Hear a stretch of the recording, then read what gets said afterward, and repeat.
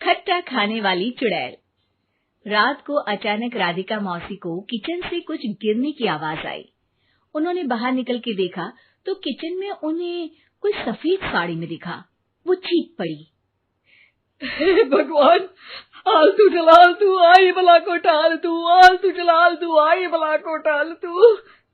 राधिका मौसी को चीखते सुनकर श्रवण बाहर आता है भागते हुए। अरे माँ, क्या हुआ? क्या देख लिया? दादी माँ आ गई क्या सपने में? अरे बेटा, रसोड़े में देख तो कौन है? श्रवण रसोड़े में झांक कर देखता है और उसे कोई नहीं दिखता अंदर। अब रसोड़े में तो कोई नहीं है माँ। कोई सफेद साड़ी में नहीं है क्या? नहीं माँ, कोई भी नहीं है। चिल्लम चिल्ली की आवाज सुनकर काजल भी वहां आ जाती है। अब क्या हो गया माँ जी? अरे बेटा, रसोड़े में एक चुड़ैल थी सफेद साड़ी में। अरे क्या कर रही थी वो अंदर? अरे बताया नहीं, कल आएगी ना तो पूछ लूंगी। चुड़ैल जी, आपका क्या प्लान है? माँ जी, रात बहुत हो गई है, आपने कोई बुरा सपना देखा होगा, चलिए सो जाइए। राधिका मौसी सोने तो चली जाती है, पर उनको रात भर नींद ही नहीं आती। वो कुछ भी उलझुल बातें सोचने लगती है। कहीं चुड़ैल की वजह से तो घर में टेंशन नहीं हो रहा, कहीं उसी की वजह से तो वो दादी नहीं बन पा रही। सुबह जब राधिका मौसी रसोड़े में छानबीन करती है तो पाती है कि नींबू का अचार गायब है। चुड़ैल नींबू का अचार ले गई, मुझे तो ठीक नहीं लग रहा कुछ। चुड़ैल को भी पता है कि जिंदगी का असली मजा तो खट्टे में ही है। राधिका मौसी झट से श्रवण को फोन कर देती है। बेटा, मुझे समस्या समझ में आ गई है, हमें एक तांत्रिक की जरूरत है। अरे क्या बोल रही हो माँ, तांत्रिक की क्या जरूरत है? आप पूजा पाठ तो कर ही रही हो ना। आलतू जलालतू मंत्र सारे फालतू जैसे कुछ मंत्र पढ़ो, चली जाएगी अपने आप चुड़ैल। अरे नहीं बेटा, कभी चुड़ैल को कम नहीं समझते। अरे तुझे पता भी नहीं चलेगा कि कभी वो छल करके काजल की जगह घर की बहू खुद बन जाएगी। क्या माँ, कुछ भी बोल रही हो? कहाँ काजल और कहाँ चुड़ैल? वैसे एक बात बताओ, काजल को अगर गाने के लिए बोल देना तो चुड़ैल काजल की आवाज सुनकर घर तो क्या, धरती लोग छोड़कर चली जाएगी। तुम ना पढ़े लिखे बच्चे हर चीज को मजाक समझते हो। तुम रहने दो, मैं खुद ही तांत्रिक को बुला लेती हूँ। अच्छा सुन, शाम को इमली लेके आना। क्या है कि चटनी खाए बहुत दिन हो गए है ना? नहीं माँ, इमली तांत्रिक से ही मंगवा लो ना, आटा वगैरह भी उसी से पिसवा लेना। देखो मुझे काम करना है।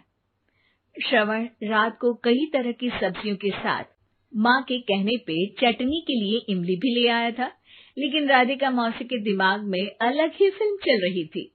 उन्हें अब सिर्फ शक ही नहीं यकीन होने लगा था कि शायद चुड़ैल ने श्रवण पर अपना जाल बिछा दिया था, जिस वजह से श्रवण उनकी बात ही नहीं मान रहा था। पर कोई नहीं, आने वाली रात में राधिका मौसी खुद तैयार हो गई चुड़ैल को पकड़ने के लिए। रुद्राक्ष की माला, तुलसी का पत्ता, हनुमान चालीसा सब हाथ के पास ही था, बस चुड़ैल का इंतजार था। और जैसा राधिका मौसी ने सोचा था वैसा ही हुआ। वो चुड़ैल उस रात भी आई, पर वो राधिका मौसी से तेज निकली और राधिका मौसी के उससे पकड़ने के पहले ही वो भाग खड़ी हुई। जरूर बहू पे साया है उस चुड़ैल का, तभी तो श्रवण के कमरे में गई है। और अगली सुबह राधिका मौसी पिछली रात हुए हमले में किन चीजों का नुकसान हुआ उसका हिसाब लगा रही थी। उनके खेमे से एक आम के अचार की शीशी भी गायब हो चुकी थी और वो इमली भी जो कल श्रवण लेकर आया था। राधिका मौसी इस बारे में सोच ही रही थी कि श्रवण जल्दी से रसोड़े में आकर दवाइयों की पोटली ढूंढने लगता है। अरे बेटा, क्या हो गया? अब माँ, वो काजल की तबीयत खराब है, बहुत घबराहट हो रही है उसे। हे भगवान, मैंने पहले ही कहा था कि तांत्रिक को बुला लेते हैं, पर नहीं, अब देखो उस चुड़ैल ने काजल को अपने वश में करना शुरू भी कर दिया है। हालांकि श्रवण भूतों में विश्वास नहीं करता था, पर अब वो भी डर जाता है। और राजी हो जाता है एक तांत्रिक को बुलाने के लिए। कुछ ही घंटों में तांत्रिक आ जाते हैं और राधिका मौसी तांत्रिक जी को सब बता देती है। घोर संकट, घनघोर संकट, चुड़ैल को मारू जोर चाकट, ओम भट स्वाहा खटखा के आहा। अरे ये क्या मंत्र है? मेरे खुद के ओरिजिनल मंत्र है, कल रात को ही लिखे हैं, अच्छे लगे तो दाद चाहूंगा। एक और मंत्र सुनो। अर्ज किया है आब्राकडाब्रा, दिल्ली बम्बई आगरा, चंदा मामा सोबरले सुरन मामू जारा। ये मंत्र है? अरे कोई 40 वालीसा पढ़ो ना। वक्त कम है, 40 नहीं पड़ेंगे, 20-25 में काम चलाना पड़ेगा।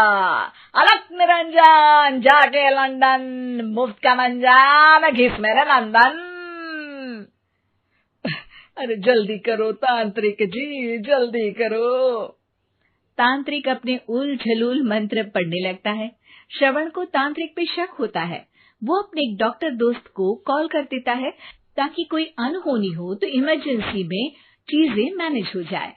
तांत्रिक धुनी रमाता है, जिसकी वजह से कमरे में काफी धुआं हो जाता है और जिसकी वजह से बहू की घबराहट बढ़ जाती है।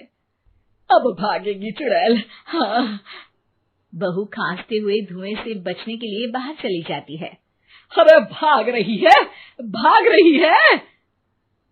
पीछे पीछे श्रवण भी जाता है। बहू एक सोफे पर बैठ जाती है। तभी डॉक्टर दोस्त आ जाते हैं और श्रवण को पानी लाने के लिए कहते हैं। थोड़े चेकअप के बाद डॉक्टर कहते हैं, मेरे हिसाब से जाप का काम पूरा हो गया है। क्या मतलब? अरे कुछ भी नहीं माँ, कोई चुड़ैल नहीं है, खुशखबरी है, अब दादी बनने वाली है। मगर वो सब अचार के डब्बे। श्रवण दोनों अचार के डब्बे अपनी माँ को दिखाता है, जो कि उनके बिस्तर के नीचे छुपे हुए थे। आपने सही बोला था माँ, वो चुड़ैल काजल ही थी जो खट्टा खा रही थी। हमें कल ही पता चला, पर हमने आपको ये तांत्रिक वाला काम करने दिया ताकि आपको भरोसा हो जाए कि भूत वगैरह कुछ होता ही नहीं। अच्छा अच्छा, ये तो बड़ी खुशी की बात है। पर बेटा मुझे एक झाड़ू तो ला दे। क्यों माँ? ये तांत्रिक का भूत उतारती हूँ मैं।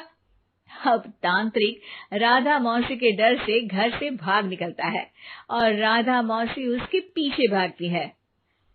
अरे संकट ये घनघोर है, तांत्रिक मुआ चोर है।